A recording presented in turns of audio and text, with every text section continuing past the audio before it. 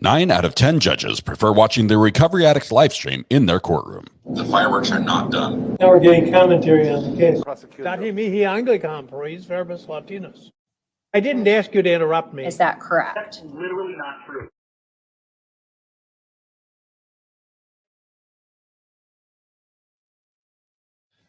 All right, welcome back to the Court of Public Opinion. I am the Recovery Addict. We have breaking news today in the Alec Baldwin trial. His case has been dismissed by the judge with prejudice.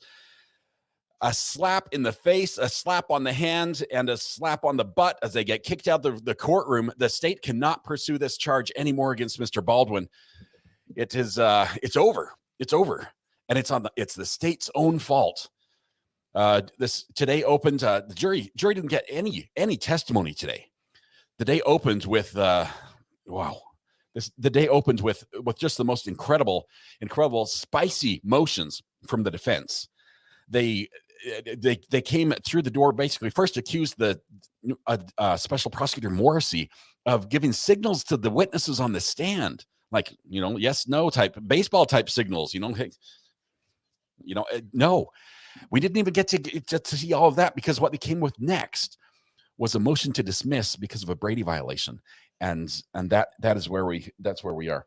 All right, I'm going to run this a little bit tighter today. Just because you connect does not mean you'll be brought on.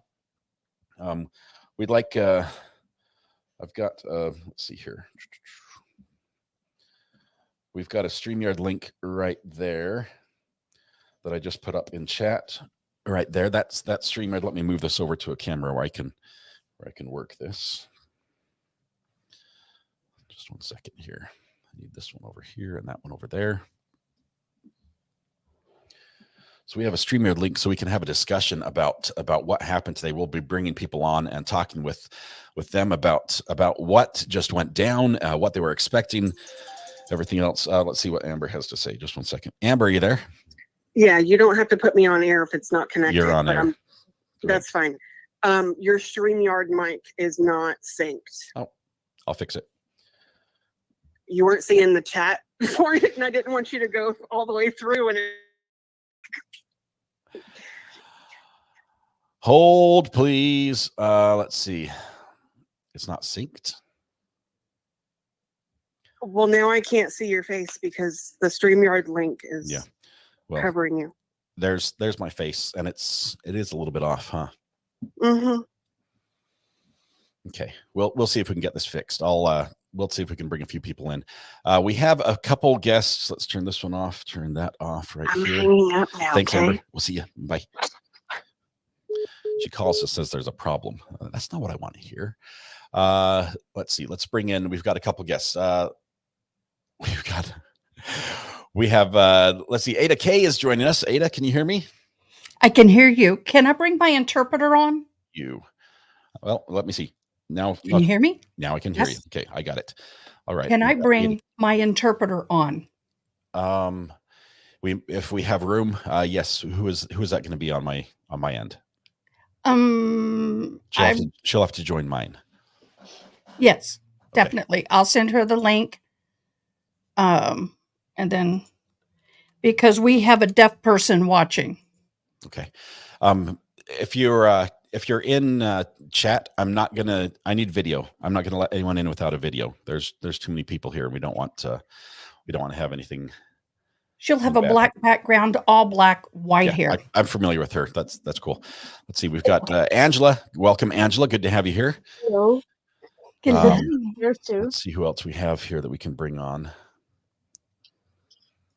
I've got some names. I've got Real Mad German. I've got JLR. Neither have cameras. I need cameras on, guys. Sorry. I need to know for sure who it is. I apologize. All right. KBF. KBF was one of our callers in previously. KBF. All right, let's just admit it. That didn't happen. Who was what? That wasn't me. Whose audio is that just coming in? Me either. That was me. Sorry, I turned it off. Okay. We got it. Thanks. All right. Let's see. JLR. I see you there. We've got a camera on. Thank you, JLR. Welcome. I think we can start now. Okay. First of all, that was a first. That was an absolute first. Let me get your names on the screen so everybody can know who we're dealing with. A lot of these names you might see in chat, but it would help if you see the names right here. That was a first for our channel. We've never seen a trial with a dismissal like this. What first impressions? Let's go around the board just quickly. We're going to start with Ada K. No sound. I got you. Like I said, I don't believe he should have been charged with the same charges that Han got charged. I don't think it was fair and equal. You know, different responsibilities, different scenarios. So for me, I'm glad to see he is not under that charge anymore. I don't think it was a fair charge. Not a fair charge. Angela. Yes. What are your first impressions on the case here? Well, I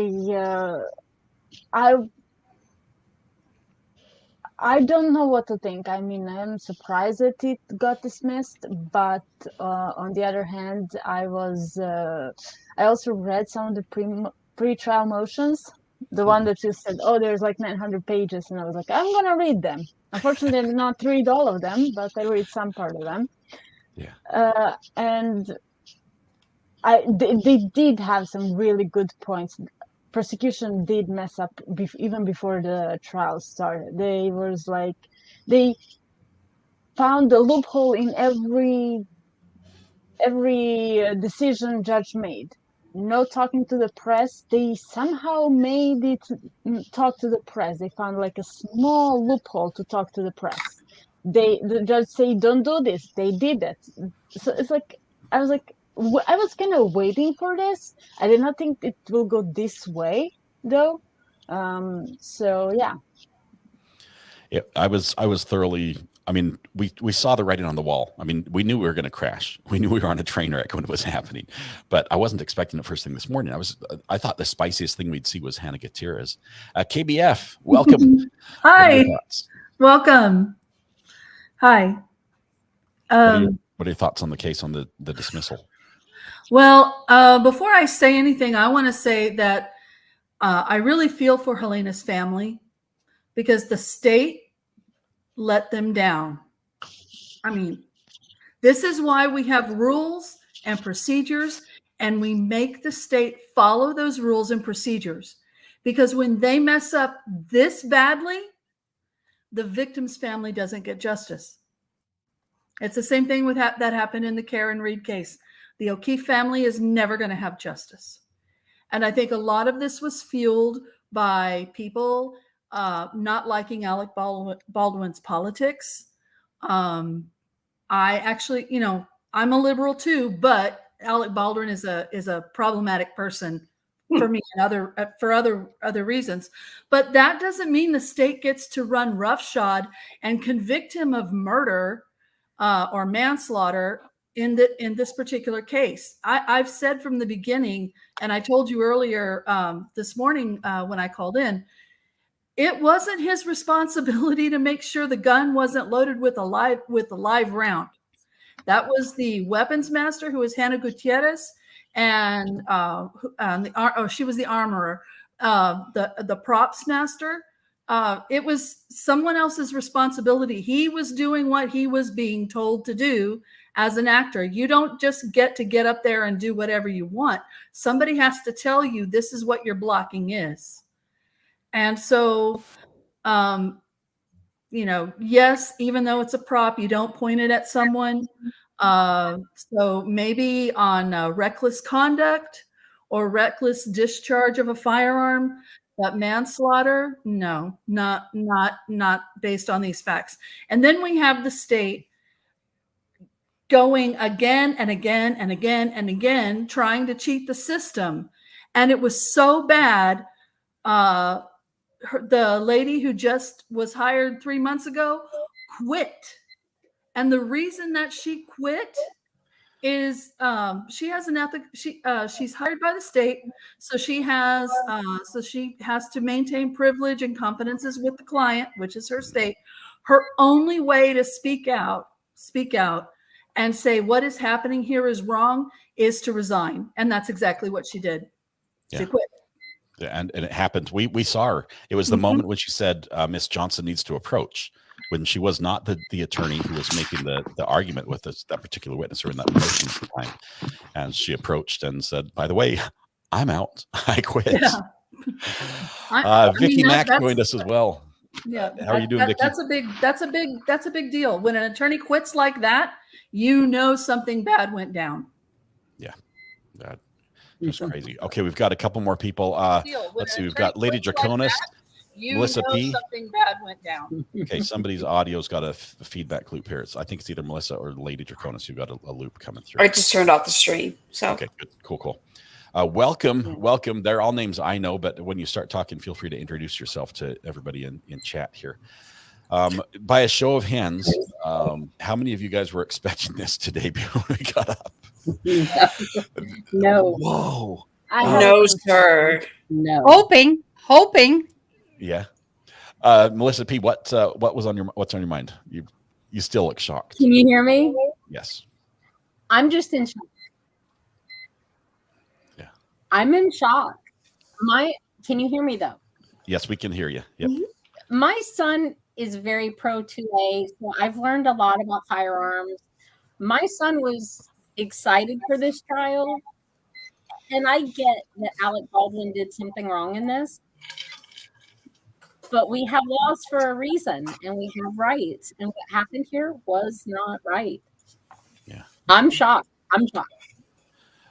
Lady Draconis, and then I think, is that Mathis? Yes. Yeah, I've never heard Mathis. I didn't know you had a goatee. It looks great. Lady Draconis, what's your thoughts? I have been sitting on the edge of my seat pretty much the whole time. I was sitting in Ian's chat pretty much the whole day.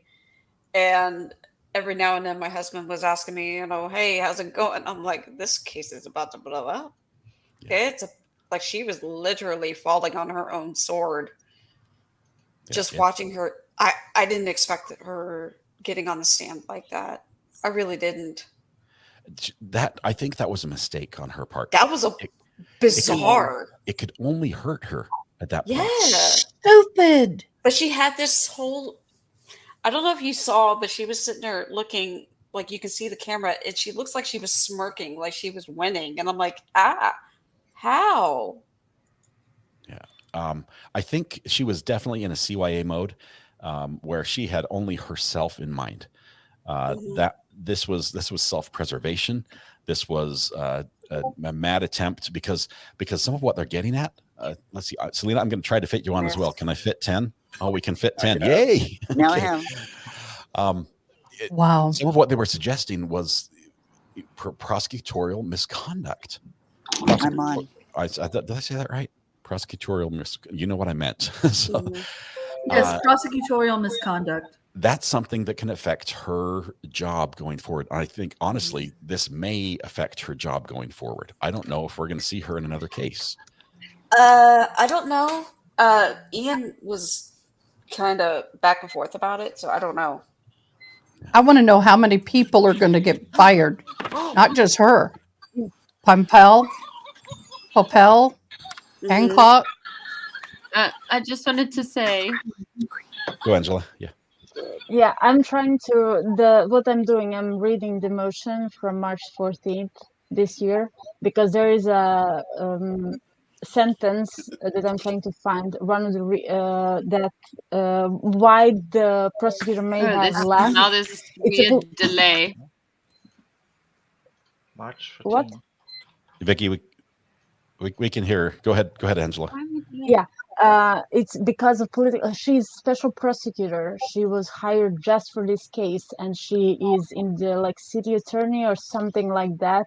Her role is appointed or elected. I don't remember. I'm trying to find exactly what was said in the motion, and if she actually her even though she left and. Her job might still be on the line, even though because she let this also happen. Even though when the charges were dropped, she may not be the DA's attorney, DA's office. Her actual daily job may be over as well. Wow. So we may have broader repercussions. Yeah. Yeah. Thank you. Mathis, real mad German scientist. Let's give you a minute here. The other male on the stream here. Welcome. You're in Germany. That's why it's dark. Thanks for staying up late for us. What are your thoughts here? I was very surprised to see the dismissal with prejudice. I had a prior notion that when you I just want to say something first. Go ahead. Can you hear Mathis? I just want to say something first, quick. It's Go ahead, Vicky. It's 12:30. Okay. Yeah, it's 12:30. It's 12:30 midnight here too. So we got 3 people who are staying up way past their bedtime. 5:30 in the afternoon here. I'm gonna drop off. I'll come back. All right. Thanks, Vicky. Appreciate it. Go ahead, Mathis. Continue. So I had looked at some of the case law on dismissal with prejudice, and I was under the impression that if you show a Brady violation, so for example, in the Allison case that they had cited this morning, the defendant in Allison, which I suppose was Allison, only got a new trial. So the conviction was overturned and it was remanded for a new trial. You would, but ultimately that was for a state law evidence code violation for Rule 501. I think that's the one they cited. And then the issue of Brady, I thought Brady also gets you only a new trial if you've been convicted. But I guess it makes sense to say that, okay, this is we're mid-trial, we would have to start over, and it makes sense. It just seems somewhat inconsistent. But they had a strong argument. In this particular case, they already sat the jury, and Supreme Court precedent, whatever that means nowadays, Supreme Court precedent has been very clear. Once you sit the jury, double jeopardy attaches. That's it. Jeopardy attaches. So double jeopardy is what can't happen. Yeah, he can't be tried again on these charges. Whatever they put in that indictment and we're trying him on, it's out the window. Yeah, except so they didn't have. It makes no sense if the violations are so extreme as they were in this case, because apparently this wasn't their first time. This was like 4th, 5th, or 6th even, and no other remedy remained for the judge but dismissal with prejudice. Yeah. I think I figured it out. It makes no sense to continue the trial with the defense handicapped the way it is, get a conviction, and then overturn it. Just stop it right now. That's the way to do it. So I think the technical rule is when a jury is sworn in, jeopardy attaches, but you can still have a mistrial. Then it doesn't count. But when you dismiss after jeopardy attaches, if it's not a mistrial, if it's a dismissal, then that's effectively a dismissal with prejudice, not a mistrial, because it's the state's fault. It's dismissed because they messed up, and because it was dismissed once there was jeopardy, then you get with prejudice because it's their fault. I think the judge was very clear she had a better choice of words than I did. We've got Melissa P. and Selena on. Let's get a quick word. So Melissa, you've got a guest as well. Who's this is my son is the NRA certified instructor, so I grabbed him because he could not believe it. He's been at work all day and he is in shock. He's like, what? I'm like, he's got a few hours of video he needs to catch up on. Yeah, he has to catch up on this one because it was that good. But it's like I told him, I'm like, I understand that Alec Baldwin did something wrong and someone died. I get it, but we have rights for a reason and we have laws and we have to follow them. And in the last few months, we've seen a lot of miscarriages of justice, a lot. Yeah. And so I have to admit, this does restore my faith a little bit, just a little. I'm sorry that Helena Hutchins died, and that is tragic, but we have laws. I'm more irritated because it's like, to me, this seems like it should have been an open and shut case. Like, this should have been one of those easy cases to prosecute. Like, why on earth would you try and hide evidence? I don't understand the thought process here. Well, imagine they're willing to do it to this extreme. In this case, with everybody watching. Imagine what they're doing in the little cases with people who don't have money, who don't have, who can't hire top dollar defense. Imagine what they're doing in those cases, and start asking yourself, how many innocent people, factually innocent people, are sitting in jail right now? And that's what Ian was That's talking what you about. should be mad at. You shouldn't be mad at Alec Baldwin. You shouldn't be mad at Hannah Gutierrez beyond what they did. I don't think you should be mad at the system for doing this and putting people. I'm not in sure if the situation. actions today are going to have repercussions beyond just the Alec Baldwin and Hannah Gutierrez cases. For it to go beyond that, I think they might have to have another case that shows similar behavior, and then suddenly it calls everything that she's worked on into question. But I think at this point, I don't think it's going to be massive repercussions. Any thoughts, agreements, disagreements on that front? I think people are going to start watching cases and the state and law enforcement a lot more closely. Remember a month or so ago, there was a not guilty with a pro se that we were watching down in Florida. Yeah. Was it down in Florida? And the cop gave some malarkey answer about why his camera didn't turn on. I think a lot of that jury decision was based on the fact that, you know what, we're tired of hearing cops saying, oops, sorry, I had a camera, but it malfunctioned. Juries are tired of hearing that. And so they're not going to convict somebody based on a cop's word when, oops, my camera malfunctioned. So I think, it's not like huge, tomorrow we're going to see a complete reversal of everything, but it's happening little by little, because in Florida, that guy should have been found guilty based on prior. Yeah, drugs in his pocket, drugs in his car, and he walked away with it not guilty. Yeah, I think that's why the jury came back the way they did. One of the reasons I feel so weird about this ending and how it ended is because the case was decided on something other than guilt and innocence. I've never seen a case before that's been decided on prosecutorial misconduct, a Brady violation. Mm-hmm. And so now we have a defendant who goes free, and people are saying get away with murder. I don't see it quite that extreme.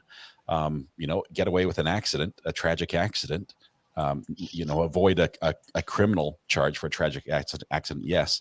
What about the money side of it? I mean, can we avoid the fact that he's a very high profile A-list actor with all the money to hire the best lawyers? And he did. I mean, the story I saw showed that Mr. Spiro charges like $2,100 an hour for court appearance. Most people can't pay that. No. I think we've seen that's one of the reasons the Supreme Court made the decision in Gideon versus I think it was Florida. This is another Florida case where it says if you can't afford to hire an attorney, one will be appointed for you. Yeah, but you're not going to get appointed a $2,100 an hour attorney unless you're Ryan Kohlberger. It depends on your jurisdiction. Some jurisdictions, like my county, we have a public defender's office, and those people are paid pretty well, although they are overworked. Okay, so they get a good salary, and unless there's a conflict of interest, like it's multiple defendants and they're all testifying against each other, everybody who can't afford an attorney gets an attorney through the public defender's office. If not, they get a private attorney. A private attorney is appointed, and then they're paid by the county. And we argue with the county about how much we should be getting paid for those cases. But access to justice for civil and criminal cases in this country is something that really needs to be looked at. And we really need to, sorry, my cat. The cat's about to give us the view that cats give during Zooms. Vicky's going to go next. I see we've got Avery and Avery Mers in the green room. I can't bring anyone else on, so we're going to have to rotate through people. So if you want to raise your hand, share something, and then we'll rotate off and let some new people on. Selena, do you want to go first? We haven't let you talk for a little bit. Yes, I'll go real quick. I'm still kind of speechless, I think. I did not think the judge would do this, but I was in the minority. I was wrong. But wow, I witnessed something very interesting today. I must say, I think today might have been one of my favorite days in watching court. Wow, talk about impressive. And I also like someone else that made the comment, like, the prosecutor, my goodness, hiding evidence when you pretty much had a case where I think there would have been a conviction. I'm speechless at that as well. But I think Alec Baldwin did pull the trigger, so I thought he would get a guilty verdict. But I'm relieved in the justice system too. Like everyone needs a fair trial. But one last point I want to make too is I'm feeling kind of bad for Hannah right now, just because she couldn't afford those same lawyers. This evidence could have come up then, and I think her case could have been a totally different one as well. Yeah, great input. Thank you, Selena. Appreciate that. Thank you. I'm gonna leave. I got my granddaughter here, and I'm gonna go play. Enjoy. Thank you so much.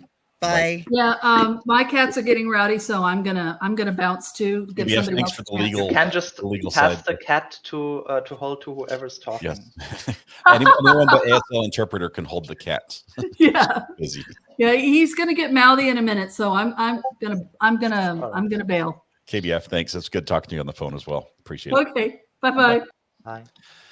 All right. I just wanted to pop in and say it's very late, so I'm literally going to say this and bounce. I feel like the prosecution and that red-headed higher face lady, they gaslit us because they were so adamant that they had done everything all to closing arguments when that had already been handed over. They were so adamant. No, everything's been checked. We know it's been checked. There's no ways. It can't be a conspiracy. There's no ways. Seth's fine. Sarah's fine. Don't worry about it. And then in Alec's trial, it's like, oh, you actually got that during the trial and still did a closing argument saying it's not a weird conspiracy. Let me ask you this, Vicky. Do you think we would have got this same ruling from the judge if she hadn't just been told that basically there was evidence in the last trial that she superseded over, or supersedes the wrong word, presided over, that should have been brought in and wasn't? So basically, this was like a twofer for her. The judge found out that they withheld this in the last trial. Whoa, balloons. What did I just do? They withheld this in the last trial, and they're withholding it again. Do you think we would have got this if this was her first time experiencing this? I don't think she would have been as mad. I think that she would have been a little bit more like she was in the beginning with Hannah. Like that trial, she was quite blunt, but she was also like a little bit laughy. You didn't see any of that this time. And her referencing notes she made in Hannah's trial is probably her going, this is a mess as well now, because I made these decisions, or I let this in and let that out without having the full picture. And that doesn't look good for the state. And that they're a pair. State and prosecutor, like, same bosses. Yeah, exactly. Vicky, thanks for joining us late at night. For those that don't know, Vicky has a YouTube channel that's growing rapidly. She also follows true crime from the other side of the pond. So Vicky McCallum is the name. I can give her a follow. You can find her. Ada K also has a YouTube channel. Lady Draconis, do you have a YouTube channel, or are you just a mod for Rob? I do. I mostly do videos for my PhD work. So it's at the Lady Draconis. Nice. I know relatively behaved Thal, who is off camera for a reason, because he's just a heartthrob and he doesn't want to, distract everybody. Is that Jensen Nichols that you? Yes, that's me. No. He just Right, I'm gonna go. Good night. Thanks, Vicky. Appreciate it. Let me, Avery, do you want to introduce yourself, and then we'll go first to you and then to Thal. Hi, I'm Avery. I'm actually in New Mexico, so my plan was to be at the trial on Monday, which obviously is no longer happening, but that's okay. I don't know. This is just a huge loss for New Mexico. Our state representatives, honestly. So I was watching today and just pure shock, like everybody else, and yeah, it's unbelievable. We've heard I've heard a lot of rumors about this attorney as well, which honestly just does not belong on these types of platforms, and I think is better left, on the street where everybody else talks about it. But I mean, today just took a wild turn, and I think, RA, you covered it greatly. Like, it's one thing after another, and, I'm just a nurse, so I don't follow this stuff, besides what I watch on your channel. But, sometimes, man, it's chaotic. And this is this is real life, how these trials go in New Mexico. I've sat on a couple of them. Crime here in New Mexico is very interesting, and our jail system, our court systems are, unfortunately, this is real life in New Mexico right now. And so watching this all played out was pretty familiar, but it also, at like this high of a state, with Alec Baldwin being involved, it was pretty surprising to see it. But I think the judge handled it very, very, very well and very professionally as well. Bummed I can't go on Monday, but it's okay. I think I'm in Albuquerque, so it'll save me some gas and a little bit of travel time there. Yeah, definitely. Avery, what's in New Mexico? Was this been a big issue locally? I mean, is this in the papers and the news, or is it sort of more of a national story than local? I think it's more national news than it is New Mexico news. My cousin is a bailiff out in Rio Rancho, and she had no idea that this trial was even starting today, or starting this week. But, there's been talk here and there. I think if you're more so in tune with the court system here and you kind of know more about it, then yes, it is talked about. But not, I would say more on a national level is where you hear more about like these higher court cases. I know it was Hannah Gutierrez, her trial was more so publicized on a state level than this one was.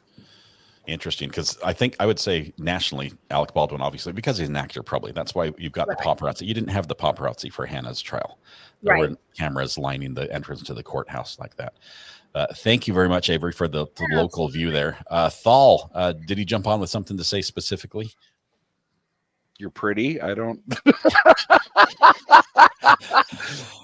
I changed my picture to update, my persona better. Because, I'm an angel, guys. Right. Ignore the black wings. He flirts with the border with getting banned always. But this is true. I dance along it. No, but the thing was, when the DA came up and said, I want to testify, my first thought was, well, this is self-serving. And my second thought was, well, she can play it as not self-serving.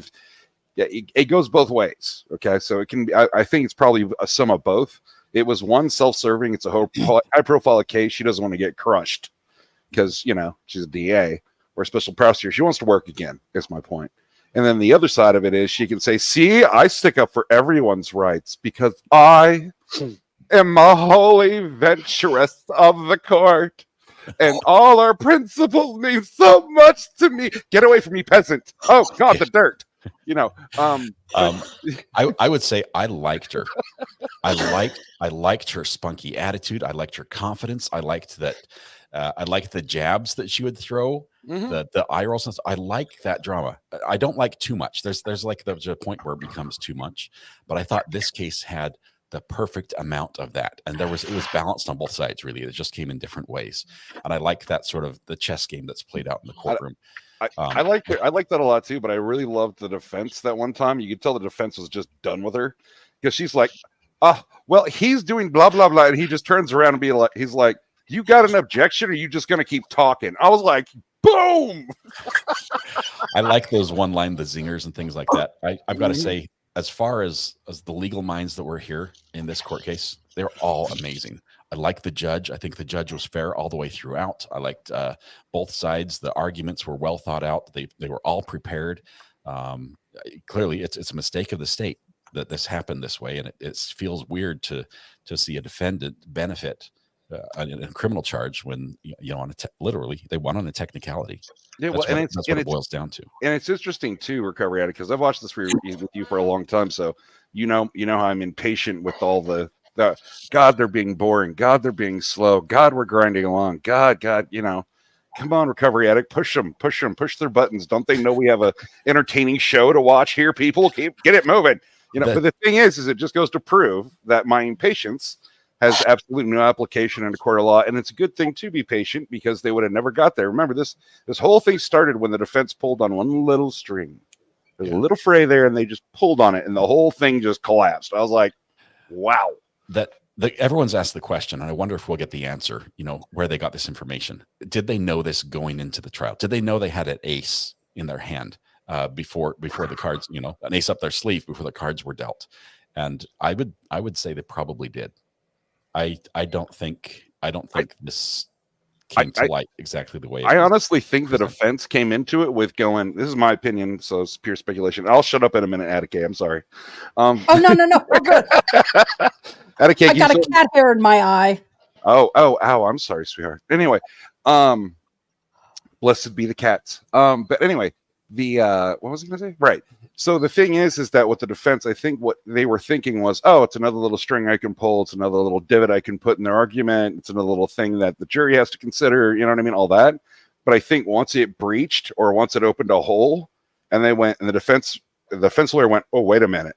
As soon as he realized that like clicked in the middle of questioning, I think he went full bore at it. He just ran at it and just kept going at it like nobody's business.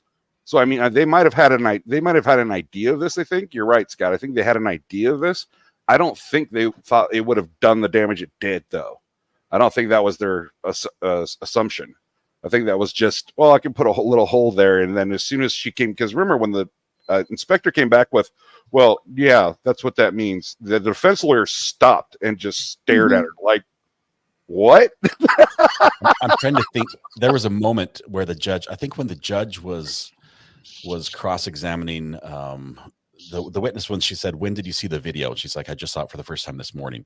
I think at that point, everything after that was just filler material. The judge had made her decision already. I think she had leaned that way, but that confirmed it for her. She's like, I'm done. That's all I need to know. She did not. I didn't see one time when she actually looked over at Prosecutor Morrissey when Morrissey was on the stand testifying. Morrissey is turned looking at her, and the judge is just typing. She's like, I'm just doing my paperwork because I know what's coming next, and that was it.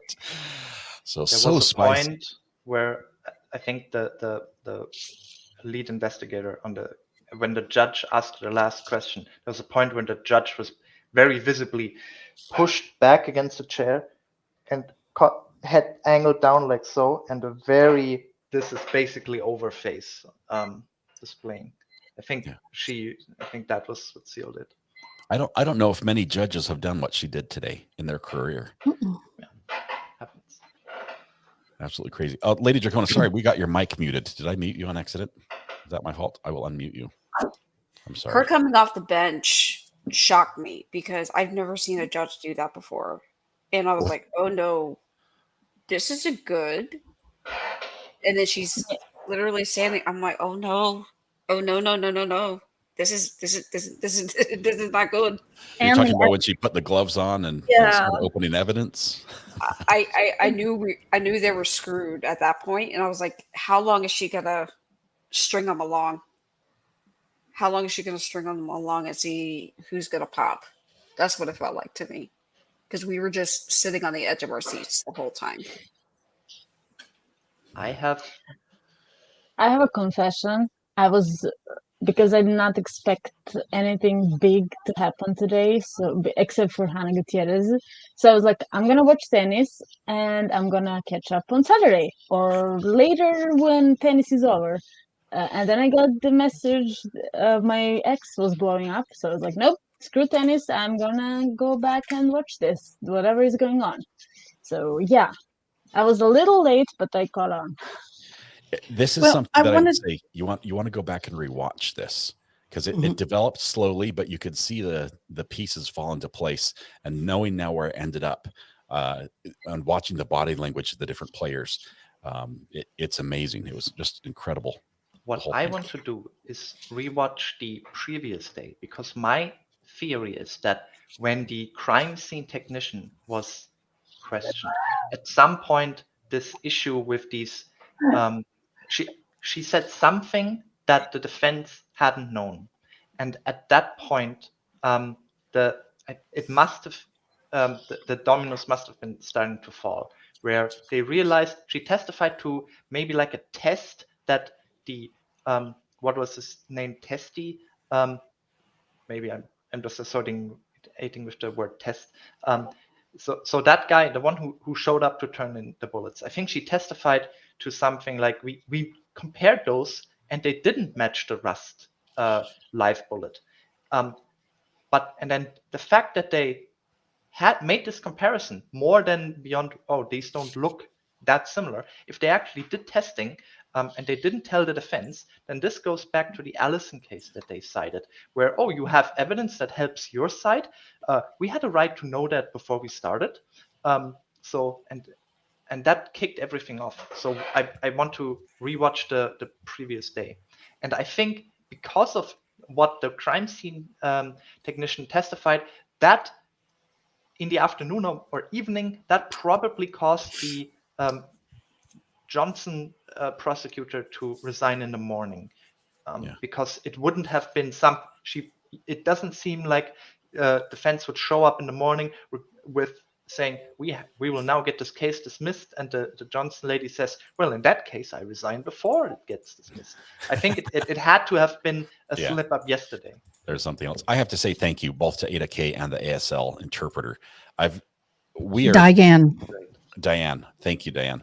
I've never had to speak with an interpreter in mind. I don't talk slowly. And there are a whole team of us that are just constantly talking, and she's keeping up with all of it. Both of you, thank you very much, and I appreciate the service. I realize we have a number of individuals that rely on that service on the channel watching right now. So thank you very much for that. Scott, I'm sure you're not used to it. I, however, am used to it. As everyone knows, I'm usually with the higher class people and not with you peasants and boulder rollers.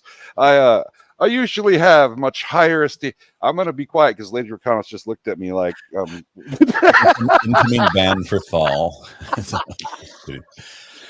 I'm going to get beat up.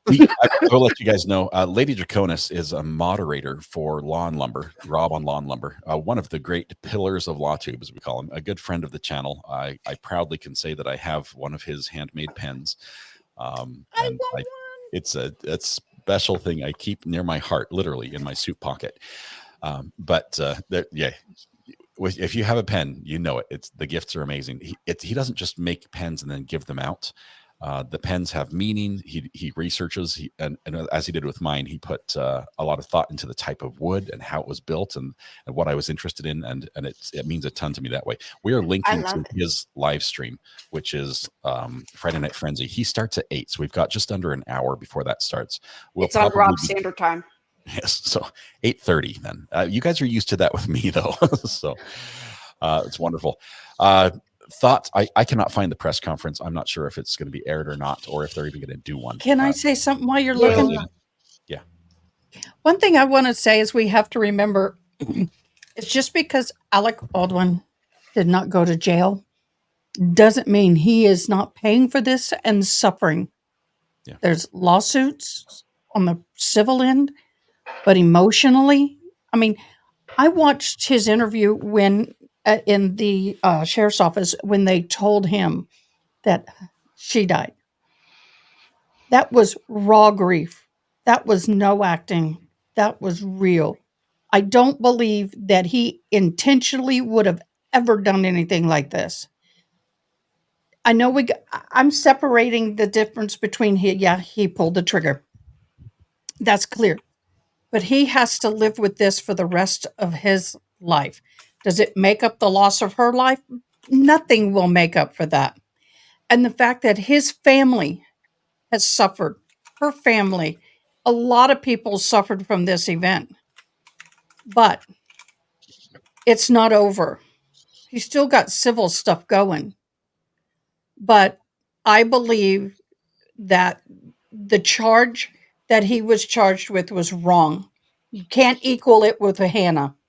Her charge and his charge should have been different, in my opinion. Elevate hers or lower his. That's my humble opinion. What did Halls plead guilty to? negligent discharge of a firearm, I think. The lowest out of the three. So Yeah. shouldn't So Hannah if he had basically gotten that same one? Because they're like on the same level as far as the checks go, right? Hannah Angela, was, I think, offered that if she had help with getting the source for the ammo. wow. Angela, you've got your hands up. Wasn't he charged with the enhancement that would give him like 5 years initially, then lower to, and then Yeah, but still, I just felt that, and you were talking about the thread relatively behaved.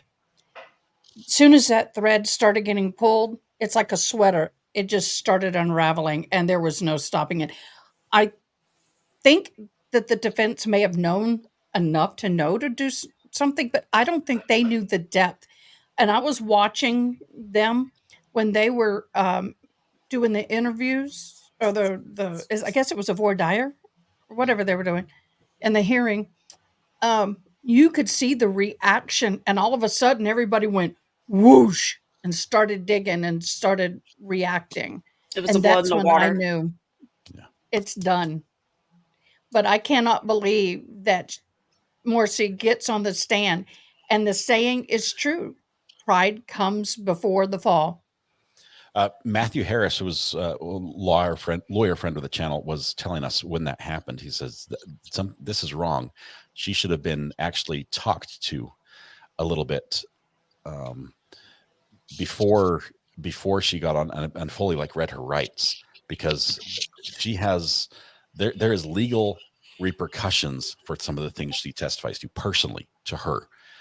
So there should have been a full colloquy where she's like, you have the right to remain silent. Anything you say or do, it's not really, she's not under arrest. She's not being charged with the crime yet, but she's in a situation where she can be asked a question and have to answer that could really affect her job and legally going forward. I think the interpreter had a question or comment.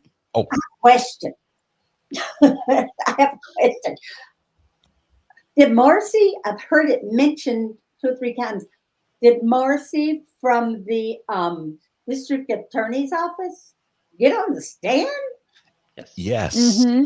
Yes. She called herself as her own witness. Oh, it gets better, SL interpreter. It gets better, sweetheart. Just wait, because as in the famous words of what's that one lady I like? That's a law tuber, Emily, whatever. Emily D. Baker. Emily D. Baker. Yeah, Emily D. Baker said it best when she said, "Oh yeah, well." The lady says, I'm going to get up on the stand. And Emily D. Baker goes, no, you don't. You don't want to do that. Don't do that. And then she goes like this. And the attorney goes, oh, yeah, no, I'm sure I want to get up here and swear. And Emily's like, no, you don't. This is a really bad idea. This is a really, really bad idea. Nothing I good watched could that. come to that. Huh? I said the Nothing same good thing. could come out of her testifying. No. That's why I said pride. Yeah. I think Trying to what save her happened butt. was she got personally involved with this one a little too much, and there was maybe because of what happened in the office, maybe because of all the turnover and everything, that she feels that she has to push through and go for the win here, and she'd do it on her own. Screw it, we'll do it live. Screw it, I'll do it on my own. It didn't work. Angela, Scott, Yeah, here's the thing, Scott. You forget, okay? you don't sound anything like Angela. Listen, Scott, real quick. Okay, I'm sorry, Angela. Just give me 1 second, sweetheart. it's okay. Listen, Scott, okay? She got up there on her principles, okay, that are all valid and good. And she was just clearing the air. That's what she was doing. I will say this. Okay, no more mocking anybody. I will say this about her. I believe she believed her reasoning. I believe she believes her logic. And she thought that she was on sound ground. I believe she was wrong, but I believe that she was confident that she was right on that. Angela, what was your thought?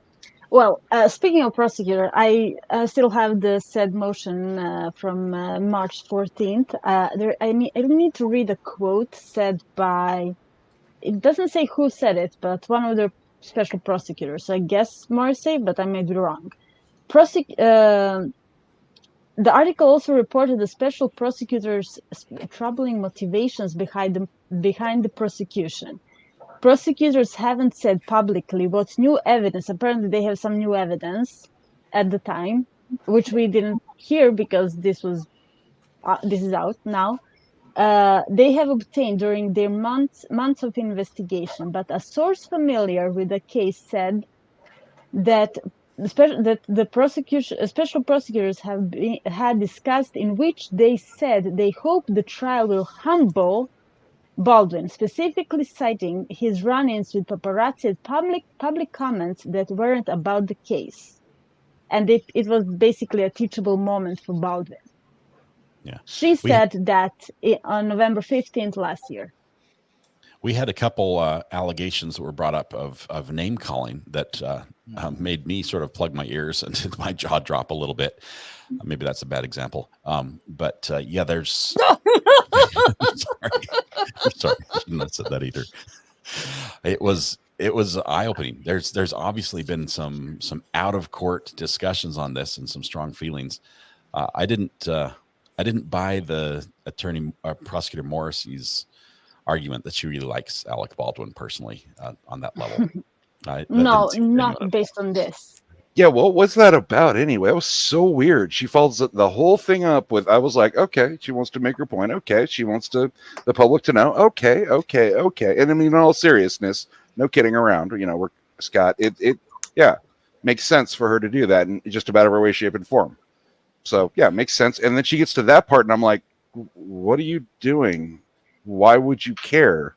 You're supposed to be, you know, whether it's Alec Baldwin or the guy down the street or the milkman or the guy on the telephone pole, you shouldn't care whether you like him or not. You shouldn't care whether you agree with his politics. You don't, you know what I mean? This is all immaterial. Why are you stating this?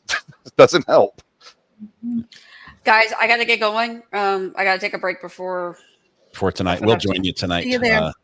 Tell Rob hi. Appreciate it. Thanks, ladies. I'll be a rewatch crew like always. All right. Mathis, you had your hand up a couple times, I think, or you meant to speak. So to me, I think what stands out the most over this development is how this all happened over something that ultimately I think didn't really matter. Going into this case, I thought there were basically just two options. Because there are a lot of undisputed facts. There was a live round in the bullet. Alec Baldwin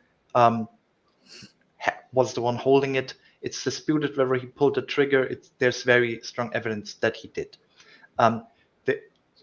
The only real question I would have as a juror is, well, you have on the one hand, there are actor guidelines that say if you are handed a gun, check it. But there's also a level of pragmatism that I think you have to reasonably apply. Namely that if you have an armorer, handle this, take care of the storage, check it, gives it to the first assistant director, they check it, two people check it, they go to your scene, they hand you the gun, they announce cold gun. Maybe they announced it twice, I don't remember. Is it reasonable at that point to say, okay, this gun has been checked, we can move on? I'm not going to stand here and do and check every individual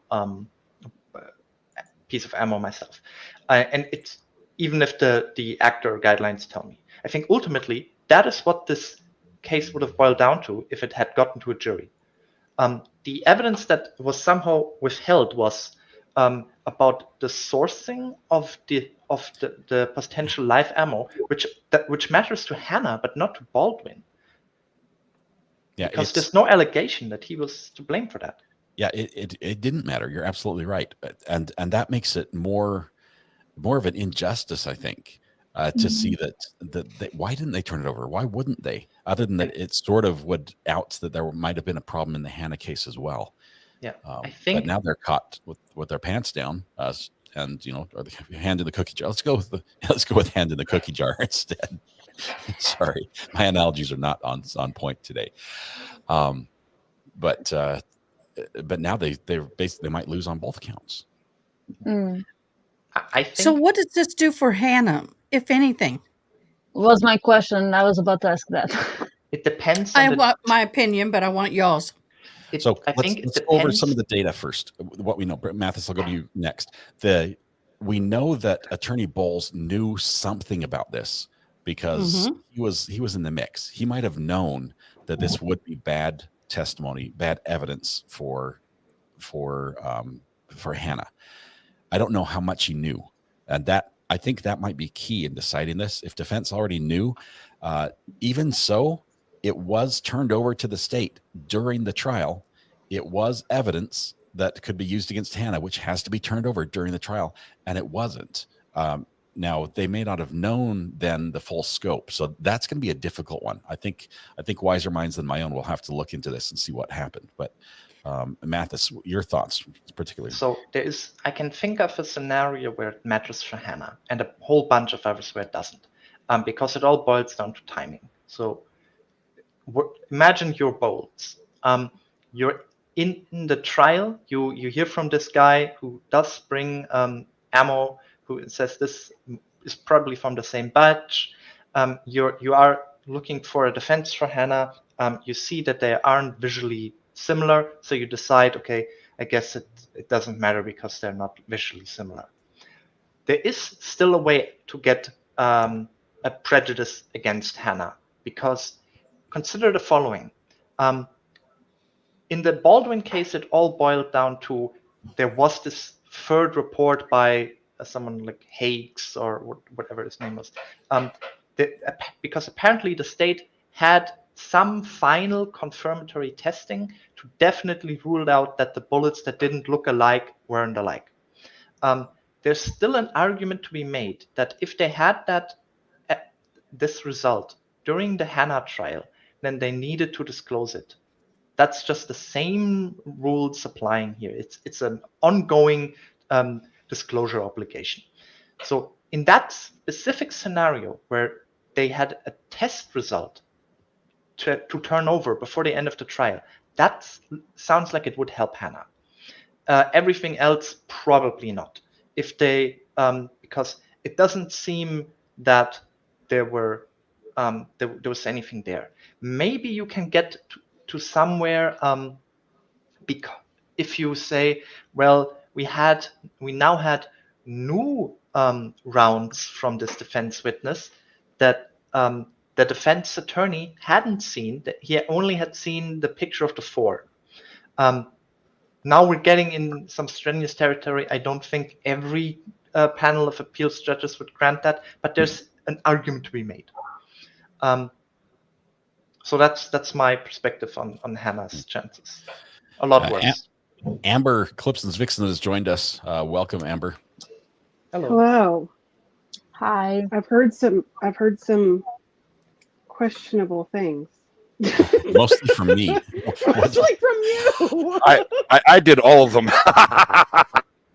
I probably said a few things I shouldn't have. My wife will let me know. It's just I have a wrench. I can't say what I want to say. So and you shouldn't say what I said either, just for the record. Right. See, that was the point. It's been a wild day in court. We've had language, words, repeated, shouted, yelled, surprise words, more so than we've heard in a long time. And we why every moment. Calypson, why do you think I told RA a long time ago to take my wrench away, Calypson? This is why. There was a brief time that Hall was a mod, but yeah, he's better. He's that better ship suited this sailed. Yeah, I told him to take it away. I was like, because I said some stuff, and RA and other mods were like, "You can't say that, dude. You're a mod." And I was like, "Oh, dang, they're right." Okay, take the wrench away. I don't like this. This is not fun for me. I actually had a couple of. Okay. Go, Miss RA. She may have thrown a pillow at me as well. That's wifey material right there. It's getting late. Free pillow. Yep, free pillow. Yep, for sleeping downstairs, I guess. That's what it's for. I apologize. I do apologize. I shouldn't have said those things I said. Need to be a better example. So fast question, since I just got monetized. Mm-hmm. Congratulations. Congrats. Thank you. Problem. Congrats. I've been monetized. I got the application the next day it was monetized. Absolutely good. Question. Thank you. 2 hours. After that, if they cuss, I'm fine. Well, because now there's a lot of speculation. YouTube doesn't tell us everything about the algorithm, and they change it periodically as well, just to keep us on our toes. I would say what happens is during the initial portion of a live stream, if there are certain words used in the first 10 minutes or so, it has a very high likelihood of being flagged as not for all audiences. And what that means is it will not get advertising sold on it. Companies don't want to list it, and you'll probably make very little to no money on it. Yeah, I'm going to piggyback onto his stuff. Add a K for you. Basically, so on one end, what you want to do is make sure all your videos are not child friendly. Don't make any of them child friendly. It's the easiest way to get yourself shut down. Don't do it. Done. Secondly, the thing you also want to do is you want to realize that with YouTube, okay, if you're ever going to base your income off of this, and I've had this discussion with Recovery Addict, I have this discussion with all creators. With YouTube and making your livelihood off YouTube, realize real quickly, okay, and just be comfortable with the fact that you are dealing with a narcissistic psychopath that has delusions of grandeur and is probably schizophrenic, and half the time is going to change the rules and expect you to know them without you knowing them, and will cut your livelihood off with you having no effort of recourse. So YouTube is having said that. Yeah, that was hard to interpret, dude. I'm sorry. But YouTube, put simply, YouTube is a great program to make a side income on. It's a great program to make a side income on. It is absolutely horrific if you're going to base your sole income off of it. Absolutely horrific.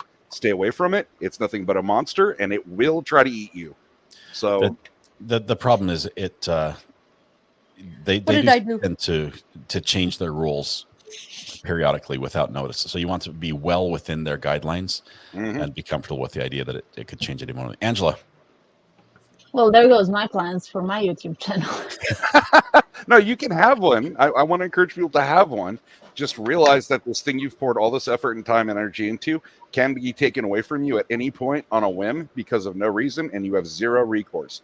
As long as that is your expectation of this, you're fine. There's a good argument to be made to try to own your audience a little bit. YouTube does not allow you to do that. I don't have a second.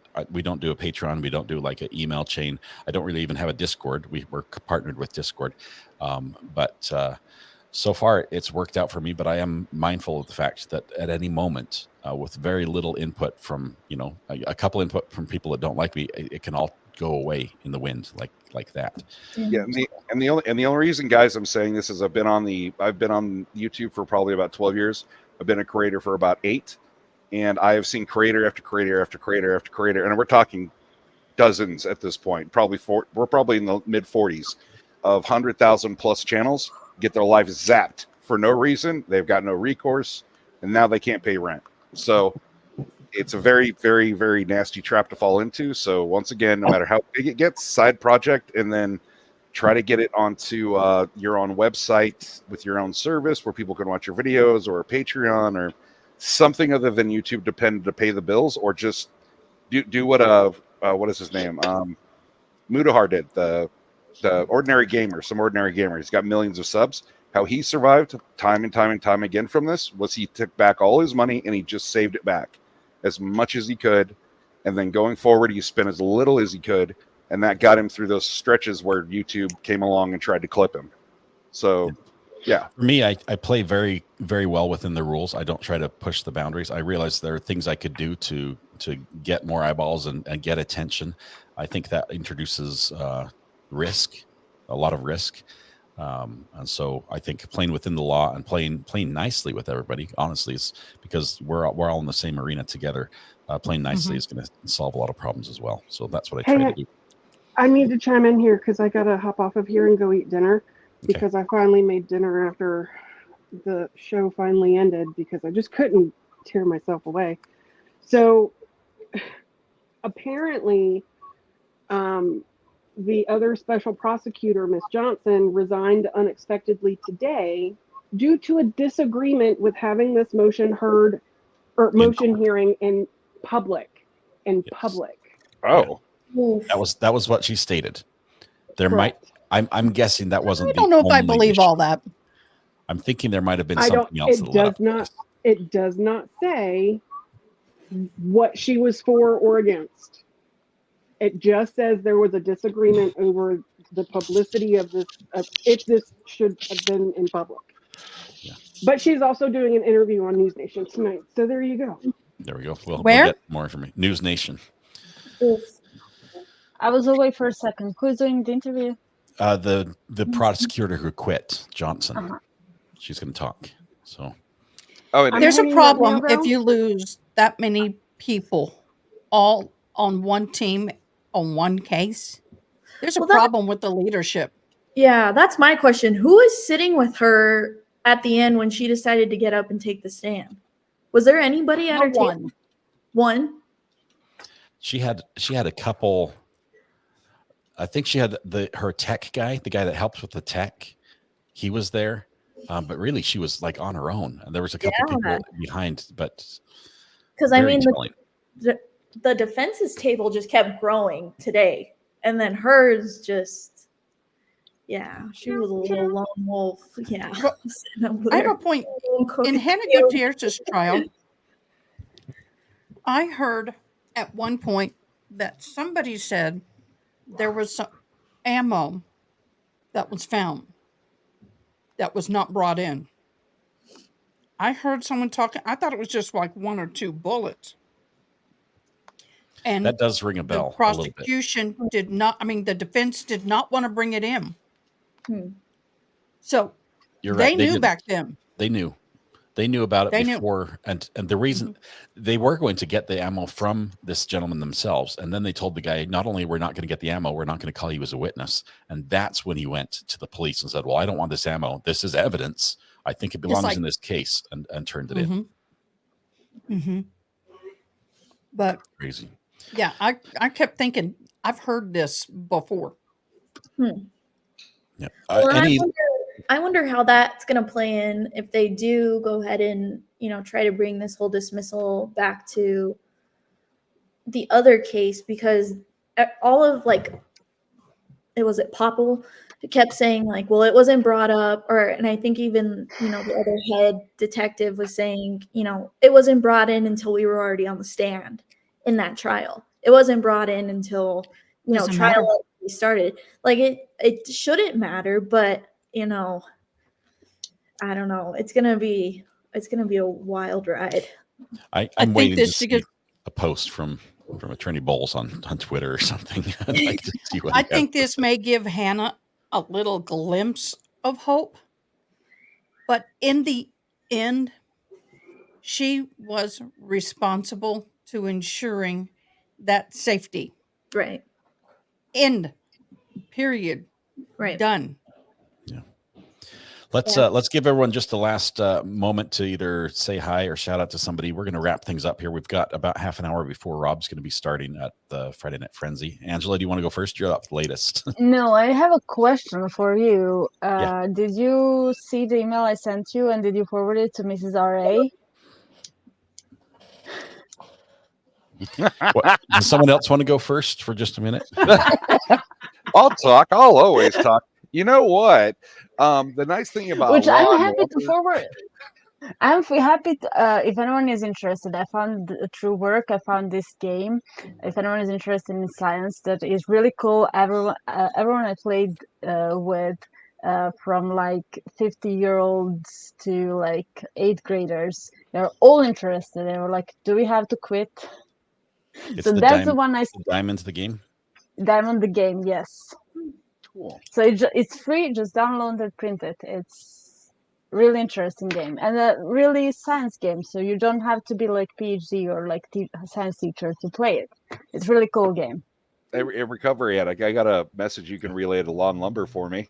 What's that? If he ever wants to get canceled, invite me on, baby. Rob is one of the wisest creators I know. Honestly, he's an amazing guy. Hey, we've got one more person to join here before it's over. Braxton, voice of reason. Welcome, Braxton. What happened? Hey. I am speechless from the little snippets that I have heard from you all.